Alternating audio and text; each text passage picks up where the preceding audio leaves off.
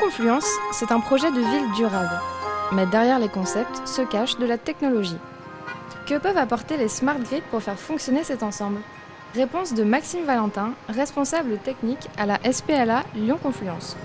Dans le smart grid qu'on développe sur le territoire de Confluence, aujourd'hui notre objectif c'est de s'atteler sur deux grandes thématiques. La première c'est l'énergie, de voir comment effectivement à partir de bâtiments à énergie positive tels que l'île OP, on peut avoir un territoire à énergie positive en développant justement ces bâtiments à énergie positive, en développant d'autres systèmes comme des réseaux de cogénération et également de voir comment on peut gérer la consommation. Donc l'idée c'est de mettre en relation, cette fois-ci à l'échelle du territoire, la production et la consommation. Donc ça c'est le premier volet. Le deuxième volet du smart grid, c'est la mobilité.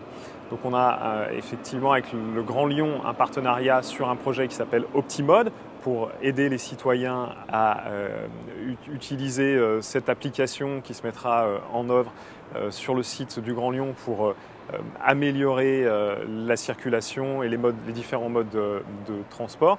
Et puis, dans le cadre du partenariat avec le NEDO, on développe également un parc de véhicules électriques, un parc d'une trentaine de véhicules électriques qui seront mis à disposition des entreprises, des grands sièges tels que la région qui se trouve derrière moi. Et ces véhicules électriques fonctionneront avec une centrale photovoltaïque située sur le territoire. Et l'idée, voilà, c'est de mettre en relation la production photovoltaïque et la consommation et le stockage énergétique que représentent ces véhicules électriques. Et le tout se connecte avec les projets du Grand Lyon, notamment en mobilité.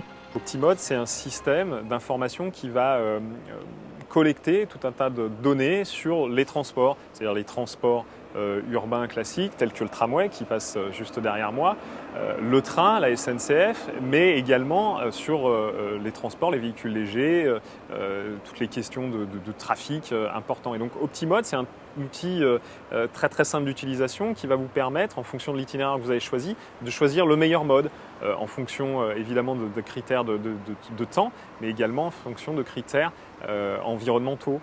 Comment est-ce que je fais pour me rendre à tel endroit en ayant l'empreinte la moins importante. Voilà, donc ce système-là, il va être développé également sur Confluence et il sera accessible et il va être utilisé dans le smart grid qu'on développe avec les Japonais. Et l'acteur japonais leader, c'est Toshiba. Alain Cargoat, directeur marketing stratégique Smart Community Division, nous donne les 4 piliers mis en œuvre. Le projet de démonstrateur de Smart Community de Lyon-Confluence est exemplaire à plus d'un titre. D'abord par son spectre d'activité. Le projet couvre 4 piliers. Le premier concerne le développement d'un bâtiment à énergie positive. Le second, la mise en place d'une nouvelle forme de mobilité douce à base de véhicules électriques alimentés par des panneaux photovoltaïques. Le troisième pilier repose sur l'éco-rénovation d'une cité résidentielle et donc des systèmes d'audit énergétique pour les habitants. Et enfin, le quatrième, qui agrège l'ensemble des 3 premiers, est un système de pilotage énergétique pour l'ensemble du quartier.